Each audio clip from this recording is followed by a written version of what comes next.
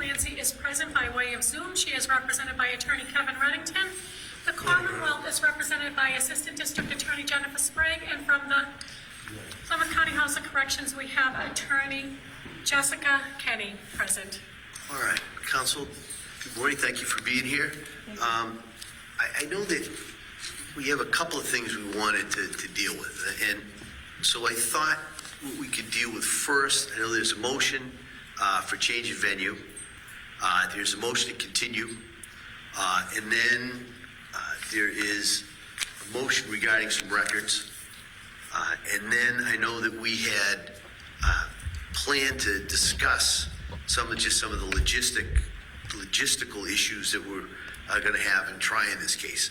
So my thought would be to deal with those motions first, and then talk a little bit about the logistics, and that may require a sidebar conference involving the parties here. But why don't we go forward? I think probably the first one that we should address would be the motion to continue.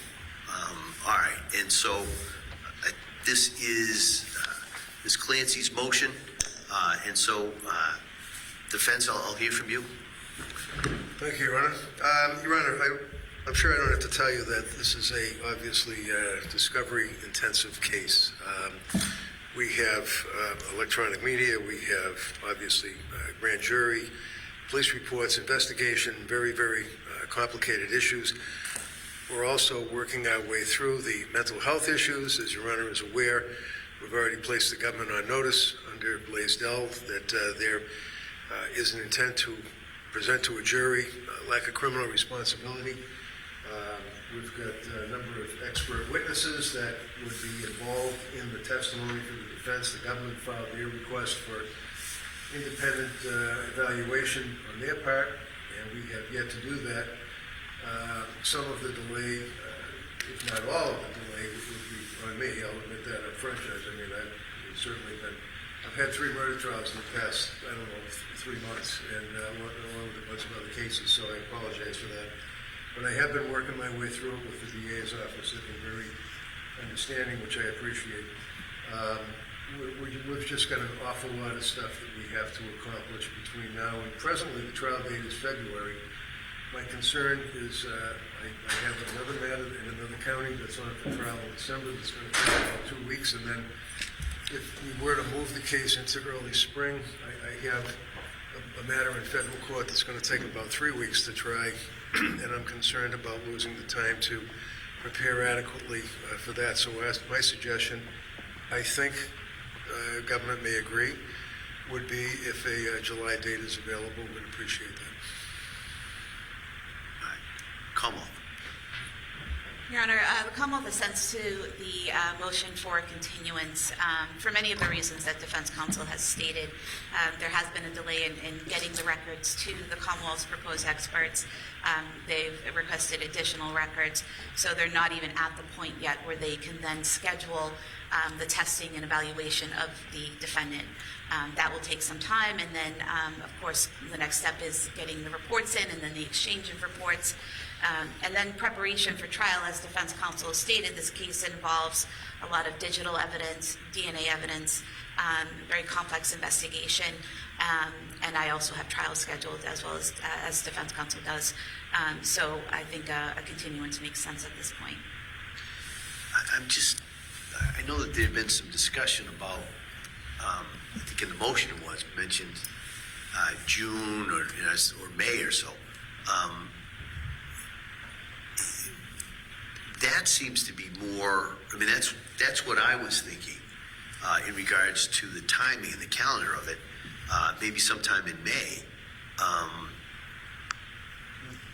Do the parties see any problems? I guess first in the Commonwealth getting the evaluation, the reports done, because I know that is, that's a little bit out of the Commonwealth's hands as far as the timing of it, and having done these cases, I know what's involved. But I thought that's the year we were talking. If it was sometime in, say, May, is that a problem first in regards to getting the evaluation and reports, Because what I would not want to do is pick that date and then have everybody getting ready for that, and then through somebody else's schedule problems, we can't get that. So I'm kind of, that's why I'm throwing that out there. Yes, so I think with everything that remains to be done, and also factoring in that we have a lot of holidays coming up, and people's schedules can be packed because of that as well, I think June makes more sense. The reason we had talked about July is because we were looking at the court calendar and noticed that Your Honor was scheduled to be back in Plymouth County in July. So we thought it made sense, since you were going to be here anyway, rather than having the court have to switch with someone. But that's more of a scheduling issue for the court than us. We were just trying to accommodate that. Okay. But the Commonwealth could be ready mid to late June, I would say. All right. And you know, the problem with a mid to late June is it's almost July, and then we've got different schedule issues going on then. The other question that I would have is that my understanding on this case is that there are a number of experts that are going to be testifying. And you get into July, what I don't want to do is have a date and we get ready for trial, and then somebody says, I'm going to Truro, or I'm going, you know, to the Finger Lakes, or I'm on vacation. That's always the problem, and the two of you know it as well. That's a problem with a trial, especially in July. So I don't, is that something you're concerned with, or do you think that in reaching out, you could kind of nail down some specific times? Because I know that there's a whole slew of possible experts that may be testifying on any number of issues here. So it's hard enough to line them up. I guess that's the bottom line I'm saying there. I think that's always a concern with a trial, any trial, especially a trial of this nature that's going to take the time it's going to take. And panelment will probably take a while in this case as well. So I'm not sure if we wanted to select a date today and then confirm it with our experts, and then come back in if there's an issue quickly. But it's always a concern in the summer, trying to arrange around people's vacations. Yeah. Attorney Reddington? I don't take vacation, so it's fine by me. I know that we can make you be here. The question I have, if there's especially out-of-state witnesses that I have problems getting my hands on and making sure they're here. If we're able to put it over to that length of time, I think clearly we've got plenty of time to nail it down. My understanding is, and from my dealing with my people, is that there would not be any issues as to conflicts, and I'd make sure that that's nailed down, it's carved in stone.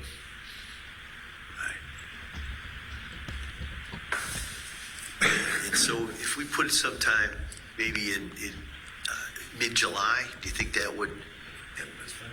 I mean, you certainly want to avoid the 4th. I mean, it just the realities of it, and not because of it's just the availability of not only experts but jurors. It's going to be difficult getting jurors to commit at that time.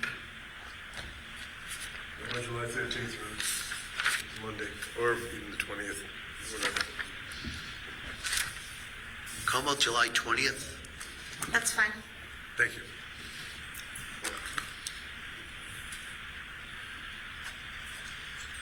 And Rule 36 would be waived, Your Honor? Yes. Yes, of course.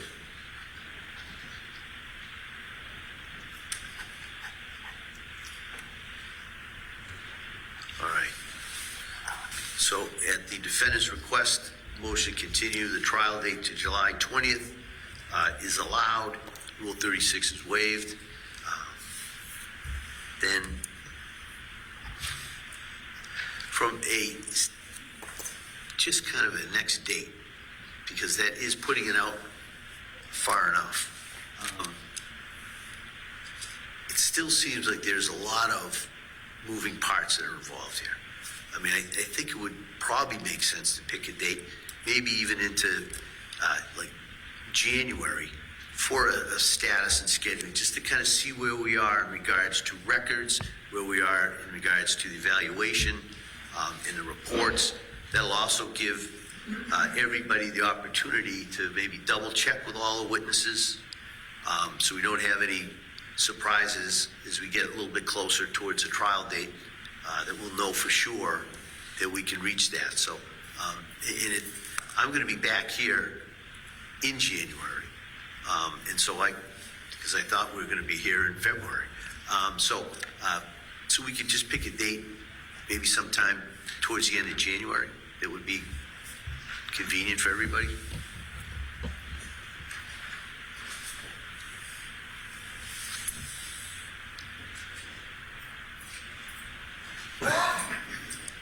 Any, 27, 28, 29? does that work? Colin? Yes.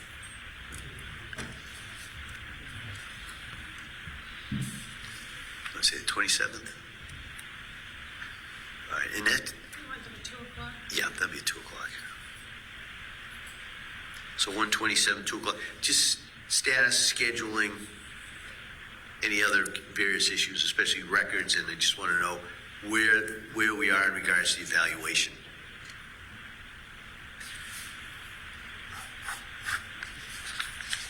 All right. Did Your Honor also want to set a final pretrial? Yeah, well, that's.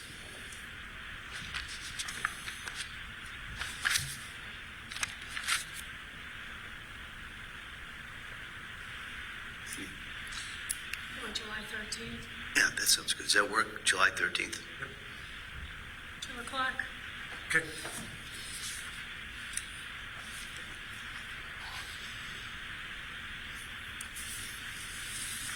All right. So that takes care of motion continue. The next motion that I have is the defendant's motion for change of venue. There it is. All right. Attorney Reddington, I'll hear you on that. Thank you. Your Honor, first of all, change of venue, obviously, as the court is certainly well aware from your own defense practice as well as a judge, is a matter that's really vested in the sound discretion of the court, and as counsel in her opposition noted that you are more than capable of inquiring of jurors in a sensitive way to thoroughly probe them to any biases or prejudices that may exist. We're all aware, I'm sure, that your associate, Judge Frenier, denied the motion to change of venue on another high-profile case, the Walsh matter in Dedham Superior Court a couple of days ago. Her findings were obviously very detailed, just as Your Honor would make findings. As I stand here now, I understand that it's an uphill battle to get a court to change venue. I know this. I mean, I represented Thomas Toolin. I'm well aware of the issues that are involved in a motion for a change of venue. I do not have any concern about the people or the citizens of the county of Plymouth and their ability to sit in judgment on this case and be objective and fair. My concern is the overwhelming nature of the publicity on a case such as this, which is readily understandable. My understanding of the law is that I have an obligation that I have to file a motion for a change of venue, provide the court with exhibits or documentation that would allow you to determine whether or not there's been a saturation of the county, if you will. I've requested that the matter be transferred to Suffolk Superior Court. I think that the city of Boston is in a situation where it would be more likely to obtain a jury that would be less exposed to the hysterical publicity that has been involved with this case. With that understanding, looking at the law, I understand that the court is in a position where, as many courts do, can deny the motion and defer the matter to the time of trial and see how it shakes out as far as individual voir dire with jurors. I still have to file the motion. I still feel in good faith that it's a matter that would be best sent to Suffolk County for trial, with the understanding that, as in the instructions from the Toolin case, from the Supreme Judicial Court, that in that case, obviously, I raised the issue. I had the motion before the judge. It was denied, and then ultimately it was flipped. As counsel points out, there was a number of other issues that were involved with the actual impanelment process in that case, but nevertheless, it's an issue that the court can consider. So I'm asking that you consider the voluminous exhibits that have been attached. I know that District Attorney in her opposition made note of the fact that I was kind of holding court down on the first floor there the day of I think it was the arraignment in this court. Anybody that knows me knows that I generally do not court, if you will, the media.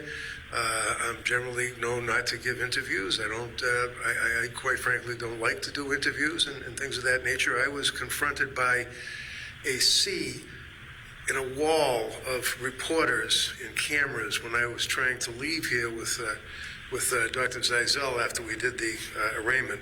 And this case obviously just grabbed, understandably, the emotions of the public. And we had heard, rightfully so, from the government as to the police and the investigation and the emotion involved with the police and the fire department. And we had the chief of police making statements that she's going to be okay, she's going to be walking and playing soccer within a week, she's not paralyzed, everything's fine, which is all, quite frankly, not true. I tried to respond to the questions that were raised rather than just like Moses parting the Red Sea, walking through the wall of people, saying no comment. I said simply that this is a case that involves itself with medication, over-medication, postpartum psychosis, postpartum depression. All hot-button issues that certainly impacted on a woman who, by all accounts, neighbors, friends, co-workers, amazing individual and a loving mother, that all of a sudden would be involved with such a horrific act. And everybody wanted to know why. What was the understanding as to what happened? Without getting into the details of any investigation by the government or by the defense, I tried to respond to that. So I was not creating a media frenzy by any means. And that has carried through with the reporting. Your Honor knows that we're in a very strange time as far as electronic media, YouTube, podcasts, people that criticize the clothes you wear as an attorney, the way you walk around the courtroom, the questions that you make, the electronic surveillance, if you will, of the public, it's amazing. So dealing with that and understanding the intense publicity that has surrounded this case, I think it is a legitimate motion. I would ask that you act favorably on it, understanding if you deny it, that it would be renewed at the time of trial in accordance with Tulin. All right, thank you. Commonwealth. Thank you, Your Honor. Commonwealth would ask that you deny the motion for a change of venue, mainly because the defendant has not met her burden, based under the law. There are 5 characteristics or criteria that the courts look at that I went into depth in my memo, so I'll just highlight briefly. But the time that has lapsed in this case has been 3 years, which is similar to other cases that the SJC has upheld, as enough time has passed to not negate the impact of the event on the community, but to dull the impact somewhat. Also, the community size and makeup. This is a very different community and makeup than in the Tulin case. In the Tulin case, that defense cites, it wasn't overturned because of presumptive prejudice, because of presumably the jury pool would be prejudiced, but actual prejudice because it was such a small community of about 10,000 people who all, or mostly all, knew either the victim or her family, or interconnected with witnesses and the police. So it's a very different situation. In that case, as well as Leahy, both cite to Plymouth County as being a different type of county that's more urban, that's bigger in size, and the defendant will be afforded a diverse jury pool in this county. Also, the circumstances of the crime haven't set the community against this defendant. There have been no protests, no marches, no demonstrations that you can see in other cases that the SJC has determined that there needed to be a change of venue. We don't have any of that here. As to the voir dire, of course, Your Honor will do an in-depth, thoughtful voir dire to protect the defendant's right to a fair and impartial trial. As far as the media being not being highly prejudicial, I think that's also true in this case. Most of the reporting, even the articles that defense has attached to his motion, are not against the defendant. They represent, or they describe each side's view of the case, but they don't give opinions as to which is correct, or go into hyper into details about the case or our positions. Defense did participate in some of that media. I understand that he said he went down after the arraignment and was confronted with this wall of media, and he felt the need to clarify some things. But he did give an interview to the New Yorker, and that article was published just about a year ago in October 2024, where he gave some thoughts on this case. And one of his experts, Dr. Phil Resnick, was also interviewed by the New Yorker and gave thoughts on this case. Whatever's out there in terms of their defense was put out there by the defense. I think we also have to consider the fact that the day and age we live in, it's not a day and age where there's local media and everything's condensed in one area. Local media, even the Patriot Ledger, the Enterprise, can be read by someone in Germany. It's everything is everywhere. And moving it to Suffolk, I don't think would help in any way, because many of the articles are from the Boston Globe, the Boston Herald. The media is, Channel 5, all the local news stations, as well as national publications. So the entire Commonwealth has been exposed to all this media. It's nothing particular that only citizens in Plymouth County have been exposed to.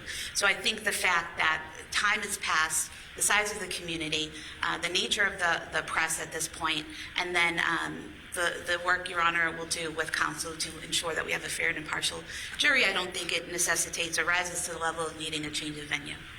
All right. Well, I've had an opportunity to read the defendant's motion along with the exhibits, the Commonwealth's opposition. At this point, I'm going to deny the motion to change venue. I will issue a written decision on this in the next day or two, but I had the opportunity to review all the pleadings and all the case law in regards to this, so that motion would be denied. Now, in regards to, there was a motion regarding records. I think it was a letter from Dr. Right, yeah, but Needs. as a reference to the, we should probably address that over here inside first.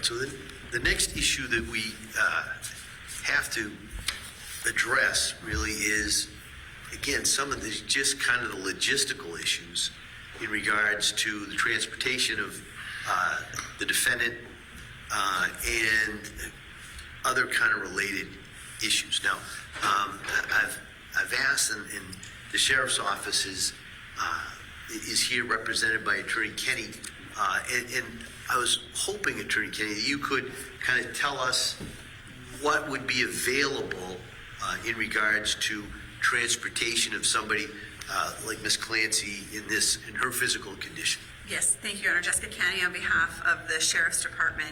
In anticipation of the HABE that the department received, originally we had been ordered to bring her here on this date.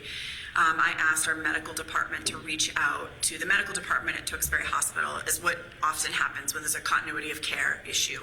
And I did bring with me our HSA, that's our Health Services Administrator, in case the court has any follow-up, but she did reach out to the medical team there, and she did learn that Ms. Clancy is confined to a wheelchair. However, she can self-transfer, and she can provide self-care in virtually all aspects of a day trip like this to the courthouse.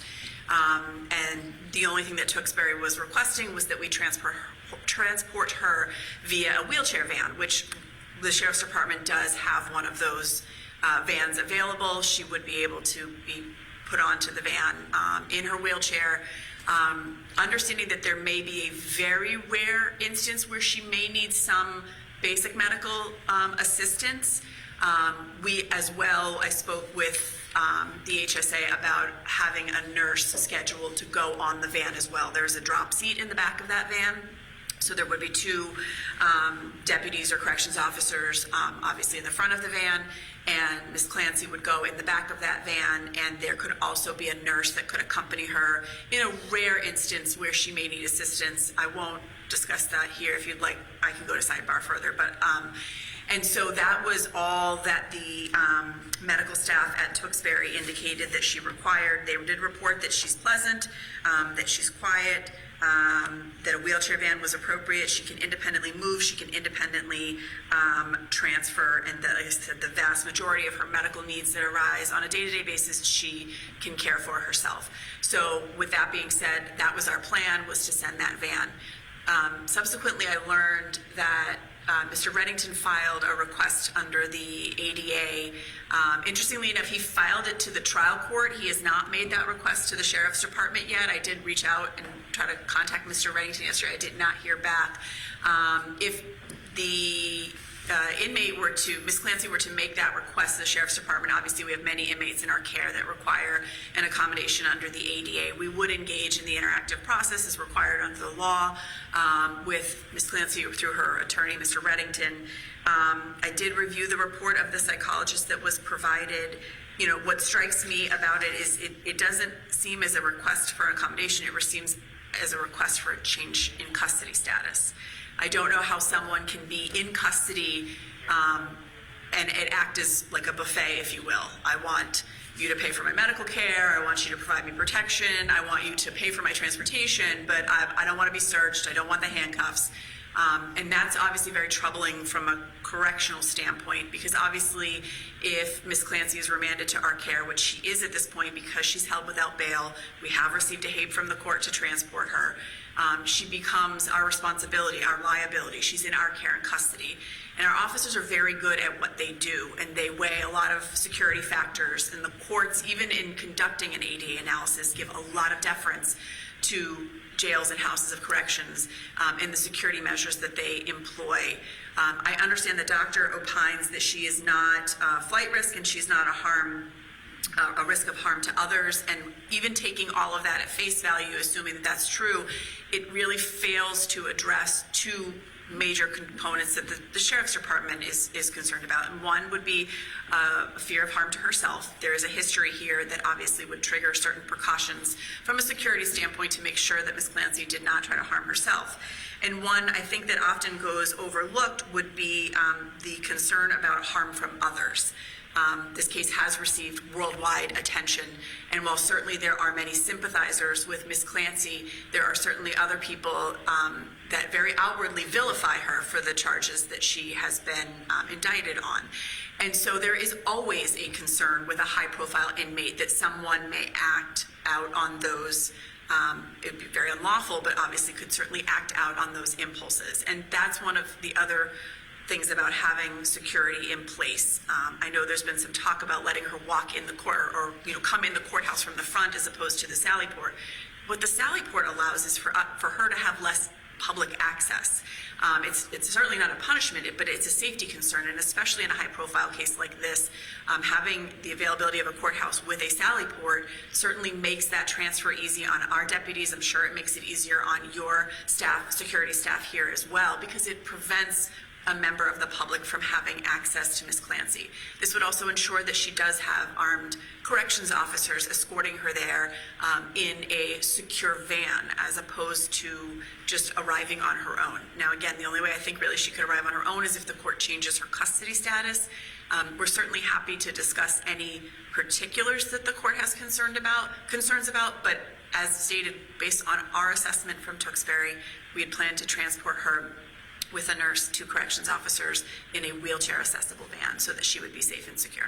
All right, I just had one question in regards to the nurse that would be able to go in the seat there. Would that have to be a Department of Corrections nurse, or could that be an individual designated, as a private nurse, or how would that go? So our plan was to have a nurse from the Plymouth County House of Correction, one of our staff medical officers, go. I don't think, in our experience, we didn't think Duxbury Hospital would necessarily provide that, especially where their assessment to us was that she likely won't need that. So, sort of to make it run smoothly, and obviously since the van will be coming from Plymouth House of Correction anyway, it would be easy to put an extra employee on that van. As far as it being a private nurse, I'd have to talk. I do have our AD, our Assistant Deputy Superintendent of Transportation, here as well.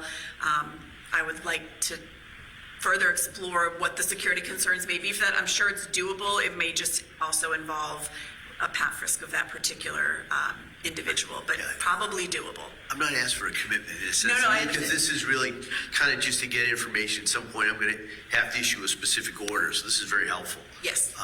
So it's probably, again, I'd want to speak with them, but what our plan had been was to send one of our medical officers from the House of Correction just to get on the van before it went to Duxbury to pick her up. All right. Either council, any questions? Mr. Reddington? Question? Any further questions? No, I don't have. Okay. Attorney Sprague? No, Your Honor. All right. Attorney Kay, thank you very much. Thank you. All right. My thought would be to hear from both of you at this point, and then I'm going to have to kind of fashion an order in regards to that. So I'm not going to rule right from here in regards to how we're going to do this, but this has been very helpful. And then get some feedback from counsel. So Attorney Reddington, I'll hear you in regards to what your suggestions are. And again, keeping in mind, this is going to be months from now. And so the hope would be to kind of put something somewhat in place so that we can talk about it, and it can kind of, if things don't seem like they're going to work, or someone has a better idea, we can do with it. But I think it's something we need to address sooner rather than later. I don't know, Attorney Reddington? Thank you. Yeah, I do have a better idea, and I think, Your Honor, that this is a power play. You have here the attorney for the, congratulations on the appointment, chief counsel to the Plymouth County Sheriff's Office. Apparently, there's also another person that's here, I forget who she said, the Assistant Deputy of Security. We have medical officers. We have a lot of the administrative staff from the Plymouth County Sheriff's Department is here. It's not about the Plymouth County Sheriff's Department. It's not about, well, she belongs to us. It's not about, well, we're going to have her transported in a van that we don't even know what it looks like. We don't even know what type of medical equipment or accessories there are in the van. We don't know whether, I mean, this is like at the time of the original arraignment, where they wanted her to be held in the Department of Correction or South Bay, and that if there's a medical issue, she can go to Lemuel Shattuck. And I refer to Lemuel Shattuck as the great hole of Lemuel Shattuck, because anybody that knows anything about the criminal justice system in this state knows that Lemuel Shattuck is not a place that you want to go for medical care, and unfortunately, too many people have to go to Lemuel Shattuck in custody for that. She's not in custody other than your order, which is understandable, to hold her without bail. She has not been convicted. She is still presumed innocent. She is still a citizen of this country. She is therefore an American. She has a clear and present, despite what others may think, disability that is debilitating. It is daily. It is 24/7. She lives with that as a paraplegic. Your Honor can well imagine the medical issues that are involved. She needs help with day-to-day personal issues. She needs help, regardless of the sheriffs thinking, no, we can throw some guy from the medical department, like a veterinarian, and throw him in the back of a van and make sure that the van doesn't have cockroaches running around in it. We can chain it to the floor, and then we can bring her into the courthouse. We can run her through the Sally Port, and we can keep her in the jump cell.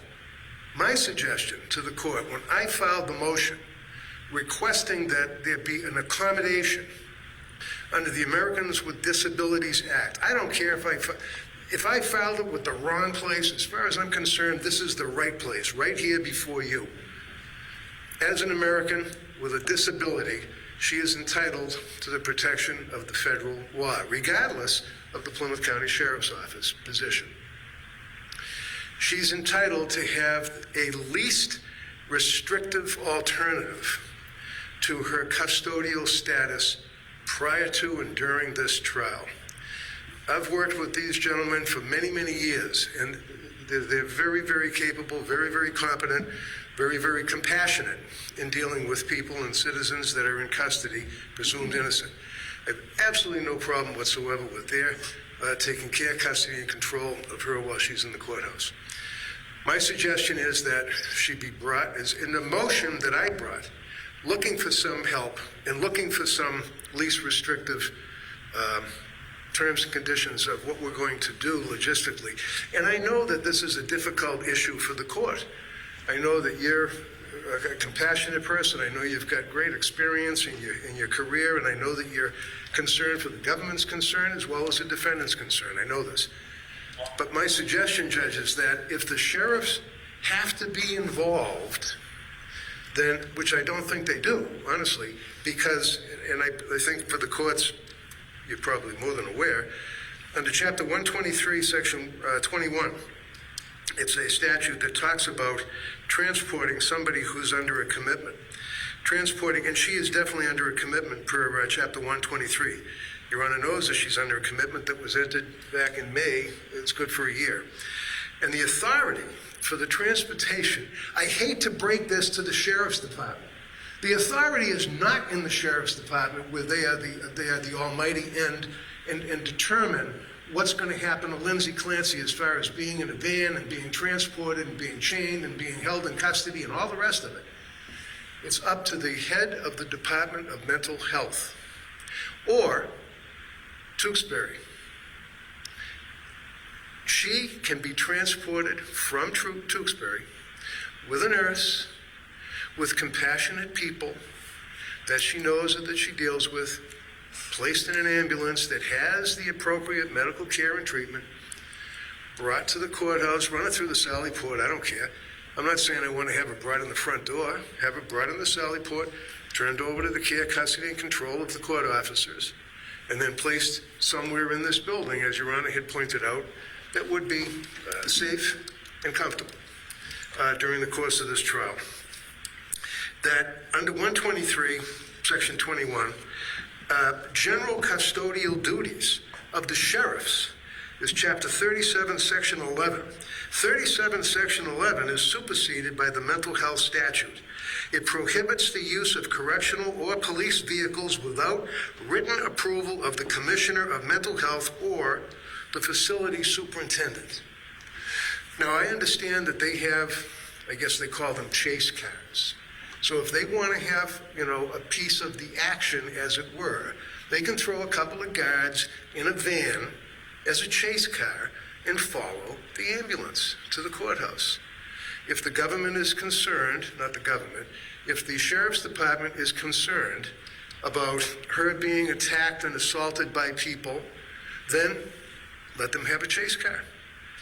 In other words, they can send a van, go up to the hospital, put her in the ambulance with a nurse, bring her down to the courthouse and have their chase vehicle with 2 or 3, however many they need, armed guards to guard the woman in the wheelchair to make sure that she doesn't attack anyone or that nobody attacks her. So the bottom line is that the least restrictive terms and conditions of transport and custody during this trial, Judge, I suggest would be to allow an ambulance, a real ambulance, not a medical van with jump seats, but a real ambulance, transport her to this courthouse with a nurse, placed in the custody of the court officers, brought to a room or wherever contiguous with this courtroom so we can try the case. Sheriff's Department has been superseded by the statute. They do not, I would argue, have the custodial authority to transport her according to what they see fit. So I would ask that the court would, and I understand you don't have to enter an order today. This is something that can be explored, something that can be considered.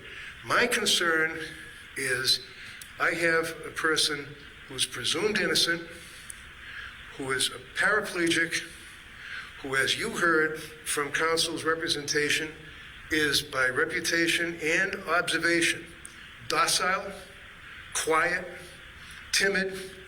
She's not assaultive. She's not a danger. And quite frankly, I disagree. I don't think that the public would want to hurt her in any sense. So it strikes me that under the statute, 12321, I think the court has the authority to allow Duxbury to bring her here, have her in the van, have her with a nurse, let them chase car behind her if they want, bring her here, and then put her in a contiguous room, and then Jen and I can try the case.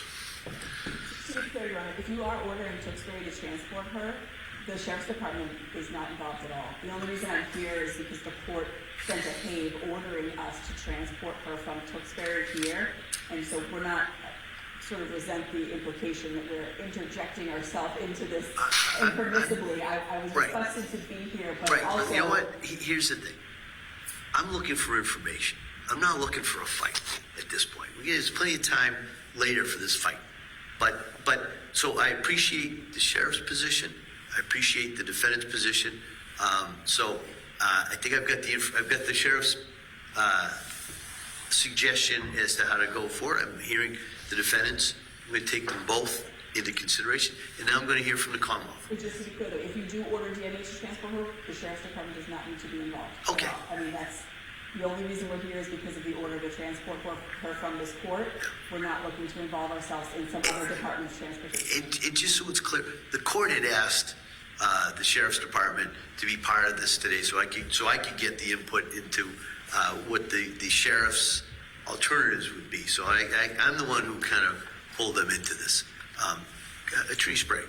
Thank you, Your Honor. The defendant's not only held under a commitment under 123, she's held without bail on 3 counts of murder as well as other charges.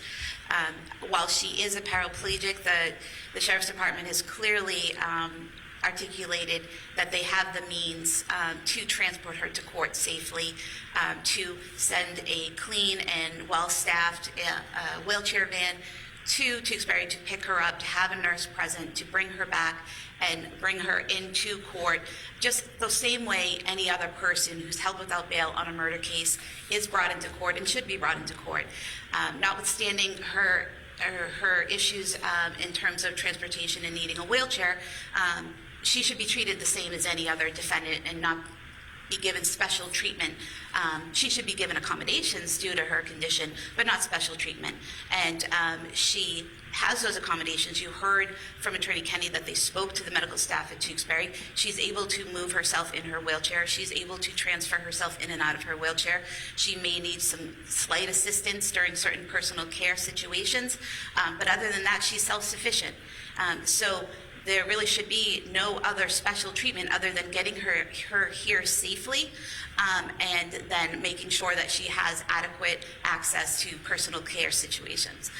But I think that any other accommodations requested by defense are unnecessary and would just be special treatment for no reason. All right. I'm going to, first off, I want to thank everybody for giving me the information, because this is not something that I had, really right at the tip of my finger, so it's very helpful. I'm not going to make a decision right now as to how the defendant is brought into court. I'm going to draft an order, and then I will probably send it to all the parties. And then it may be something that we want to have a further hearing on, a further date, and then it may be something that we may want to, even before the trial date, see how that order works. In other words, have Ms. Clancy come in for one of the hearings or so, just so that if there's something that I haven't thought of, we can kind of see that, so that when we do get to the trial date, it's as smooth as we can make it. So that's what I'm inclined to do here, is just come up with a draft order for transportation, and then we can kind of address it. Because we know now that we've got a little bit more time than we thought, because of my moving the case into July. So that's what I'm going to do in that. Anything else we need to address today? Attorney Reddington? No, thank you. Attorney Sprague? No, Your Honor. All right. So at this point, we've got that next date in January. I'll get the draft order in regards to transportation. And then the question, we can talk about whether or not that we want to have Ms. Clancy come in for that date as we go through it or not. So I'm not making any commitment because I don't have the order yet. So with that, we'll be in recess on this. Counsel, thank you very much. Attorney Kenny, thank you. Thank you, Your Honor. So for the record, this matter is continued to status on January 27th, 2026 at 2 p.m. regarding records, reports, scheduling, and evaluation. Final pretrial conference is scheduled for July 13th, 2026 at 2 p.m. and the jury trial is scheduled for July 20th, 2026 at 9 a.m.